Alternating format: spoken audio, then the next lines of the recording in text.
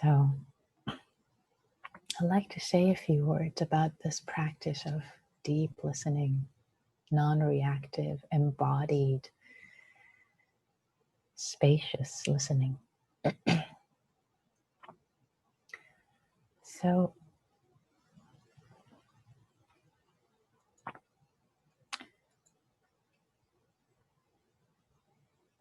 as we explore together in the guided meditation, it's a practice of both listening internally as well as listening externally. So listening internally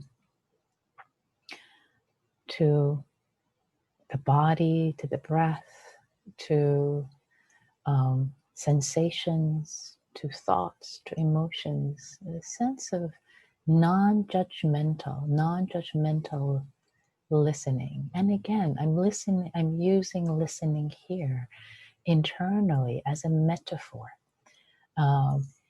because the actual listening that we do in the world, it can be non-reactive. It can be a sense of receptive listening, non-reactive.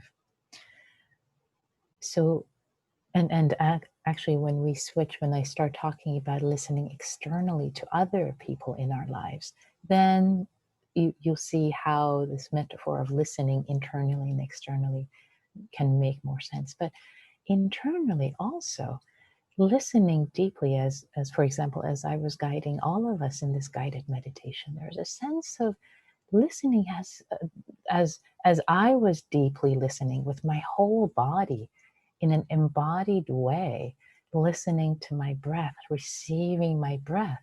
There is a fuller sense of instead of just being aware. I mean, again, I'm using them synonymously, but a sense of embodied, full body listening, full body awareness, full body perception. So a lot of times with meditations, with guided meditation especially, there are skillful means to use the knowledge, the know-how that we already have in our hearts, in our bodies, in our minds. We know these things. We know how to do them by evoking through metaphor, through the use of language, to actually tap into things that we know how to do. We know they're there already, but to invite them to come forth. It's an invitation to tune the mind to a sense of open listening. So, for example, when we go to a music to performance that we love, and we're just immersed. We're immersed. We're not judging. We're just openly receiving, completely receiving this receptive sense of the music, the sounds. So the same sense of receptivity with whole body engagement to turn that inward, turn that awareness, knowing, observing in an embodied way. So the keys here are to be non-judgmental, to be embodied, and to have a sense of openness, spaciousness, and an interest. So this interest, this nuance of interest, is one way that it's put in Zen, is grandmotherly mind. So the grandmotherly mind as an archetype. And again, if in your experience your grandmother was aloof and did not have this way, so I invite you to please imagine the archetype, because we have amazing powers of imagination. So do not let that block you. Allow yourself to tap into this power of the archetype of the grandmotherly mind, which is interested and caring, compassionate and curious. Tell me everything. Tell me, my child. Tell me. Curious, interested, non-judgmental. So that sense of listening, that sense of perceiving internally, so that when thoughts arise, they are held in a compassionate, non-judgmental sense. Like, and then they can arrive and pass or be, but we don't get entangled in them with this sense of the grandmotherly mind, with this sense of interest, which this interest that has compassion in it. So the embodiment also in this case is, as I kept emphasizing during the guided meditation, the embodiment is really important to listen with your whole body. And in fact, one practice that I love teaching a lot is embodied listening to others. So in fact, as you are practicing right now, as you're sitting and listening to my words, see if you can continue to be embodied. See if you can feel your feet on the ground, your bottom on the cushion, your belly, your abdomen receiving the breath. Maybe feel your hands if they're available. Maybe listen with your whole body if that's available to you, whatever is available. If just the hands and feet are available, great. Feel them as you're listening. You can feel your abdomen also as you're listening, even better. Or perhaps you can feel your entire body as an organ of listening, and you might not quite know what that means, but drop that in as an invitation to listen with your whole body, sense of interest, openness, curiosity, non-judgment in this case. So as a practice of embodied listening. So as we turn, so the first part of this practice is practicing this non-judgmental embodied listening, turning it inward, listening to our body, to our breath as the anchor, body and the breath as an anchor, or to emotions, if and when they arise, as well as thoughts, etc. And again, a sense of non-entanglement, but curiosity and interest. For example, in this metaphor of the grandmotherly mind, the grandmother is listening and realizes that the child's like, oh, this is terrible. I didn't get the toy I wanted. I'm exaggerating, but grandmother knows that whatever entanglement the child is having, grandmother's holding in a bigger, spacious cares for the pain, the hurt of the child, but realizes that whatever is happening right now arises and passes. There's the impermanence, and the grandmother has a larger perspective. So evoking that sense of whatever thoughts, emotions arise, holding them with care, holding them with love, with affection, with compassion, and with also bigger perspective of arising and passing and impermanent. And yes, the pain is real. It needs to be cared for and held, but not to be entangled in. And of course, being entangled in can happen. Don't judge yourself if that happens. This is a training. This is a practice that we are cultivating, and this practice of embodied, compassionate, non-judgmental, deep listening may not be sustained for every second of the practice, but might come and go. So if it's gone, don't judge yourself that it's gone. Entanglement can arise, but it's the practice that we're aspiring to. We are practicing so that it becomes more readily available for us to turn into ourselves, listening to ourselves compassionately, non-judgmentally, deeply, in an embodied way, not just listening with our ears and our head, but an embodied way. That's one thing that I really, really want to emphasize. So, so again, embodied, non-reactive, interested, and compassionate. So this idea of listening, deep listening, this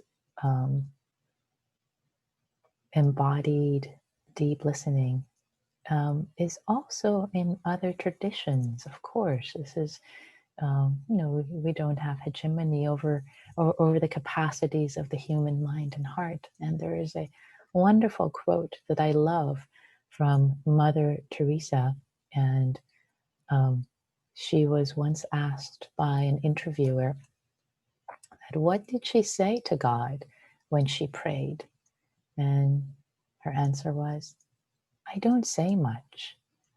Mostly, I just listen." And the interviewer asked, "And what does God say to you?" And Mother Teresa replies, "He doesn't say much. Mostly, he just listens. And if you don't understand that, I can't explain it to you."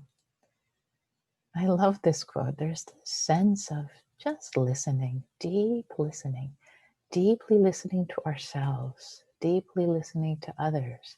This act of deep listening, holding presence. And we can turn this also external, to our loved ones, to our friends. So many times I've seen people having conversations, but it seems like they are just waiting to interject their own opinion after the other person's opinion, or in fact, not even waiting, but just interrupting and interjecting opinions.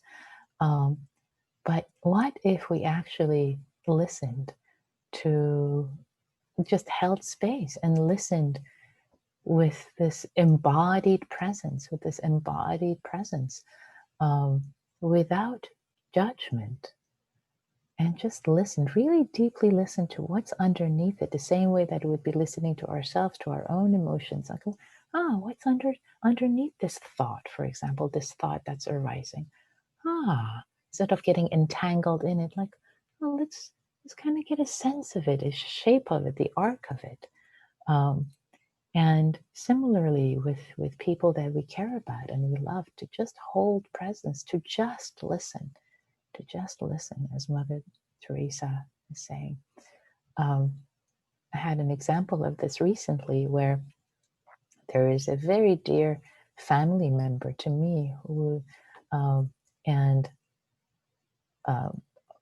we usually have similar political um, opinions, but in some ways, actually, we don't. Sometimes they differ. They're different. And in the past, when we've got to the areas where we have different opinions, especially nowadays in the U.S., it's so heated and so emotional for so many people and so many families. So in the past, I used to change the topic, kind of wisely change the topic so that I wouldn't engage in this political discussion that could potentially be causing friction between myself and this beloved family member.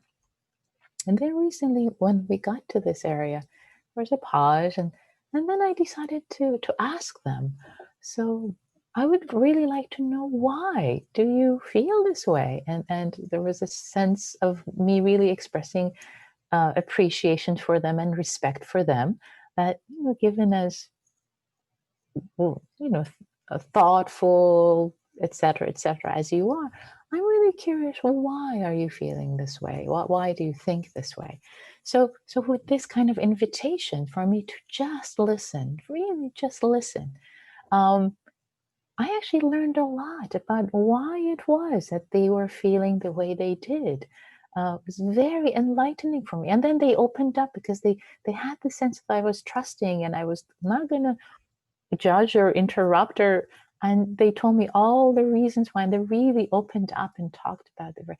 And I felt that that conversation actually brought us closer, um, And for me, it really gave an appreciation for why they were thinking or believing the way they were doing in this way.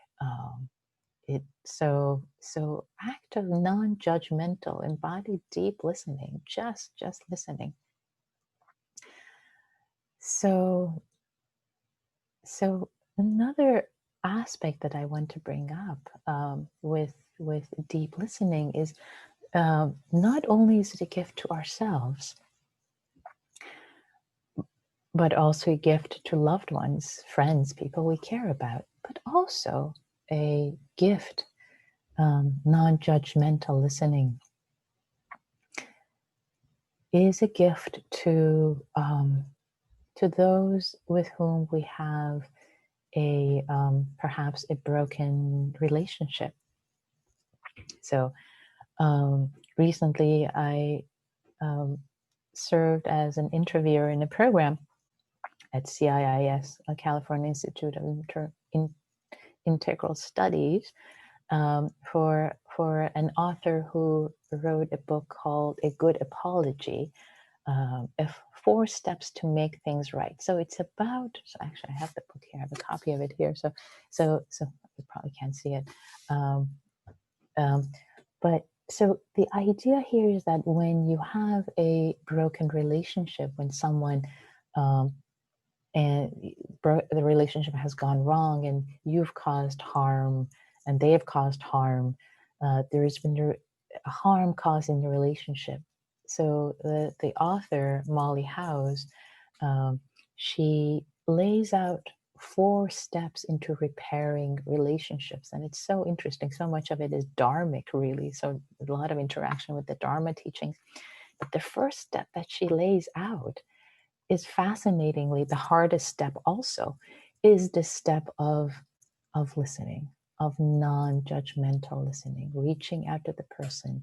And when you're ready, and this doesn't have to be pushed or pressed, but when there is readiness to reach out to the person with whom you've had a broken relationship, and inviting them. Of course, they can say no, it's their prerogative, and you shouldn't push it just because you um, this you're supposed, just because you're supposed to. But when there is readiness, when there is a sense of invitation, that I just want to listen, that invitation would be, I just want to listen.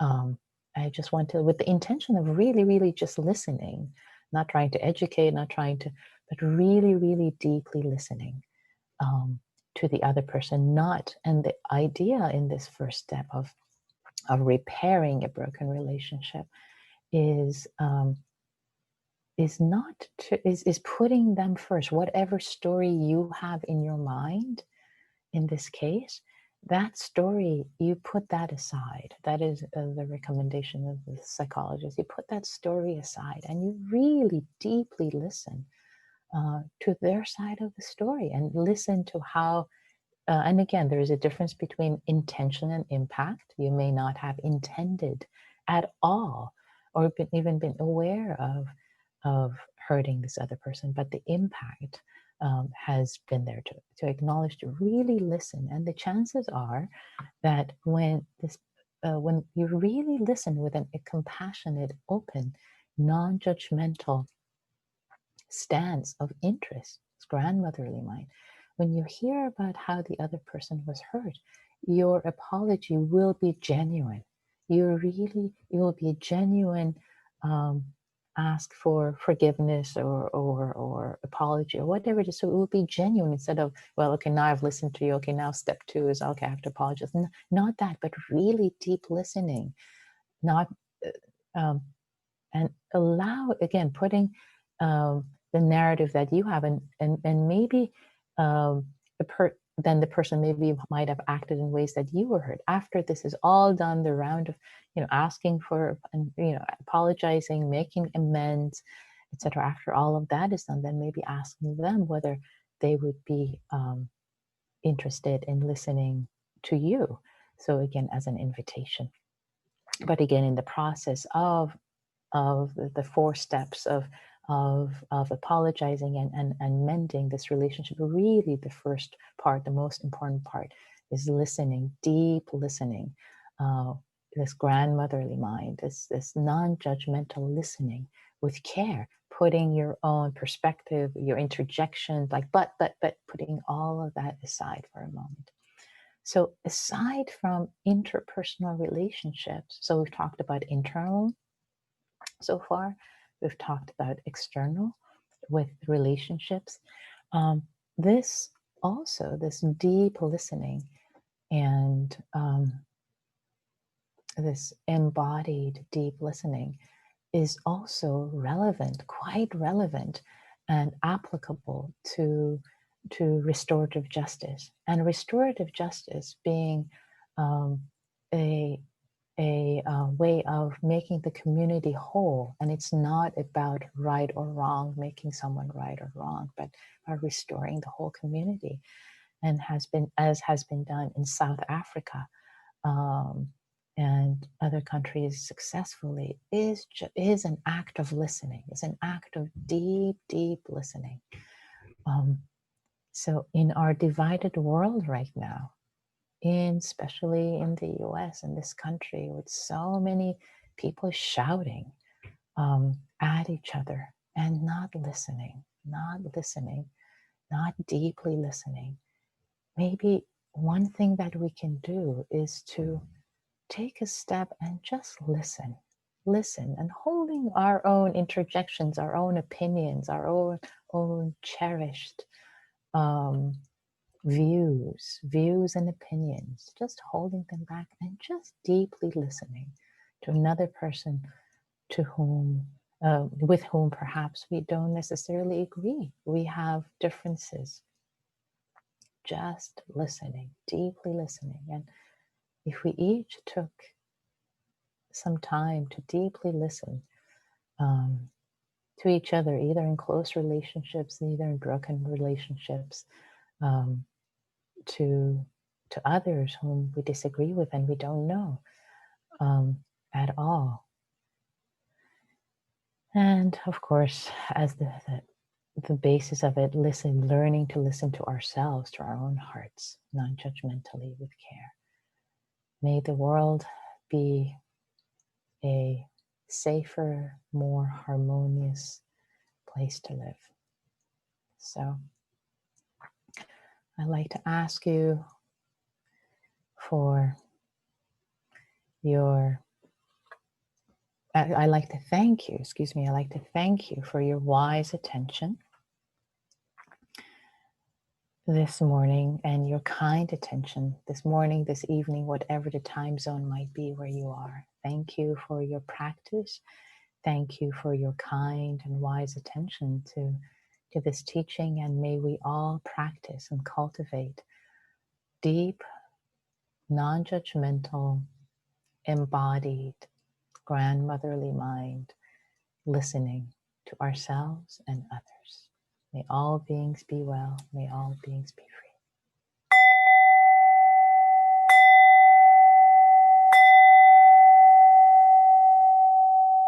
Thank you so very much. May you be well. Take good care.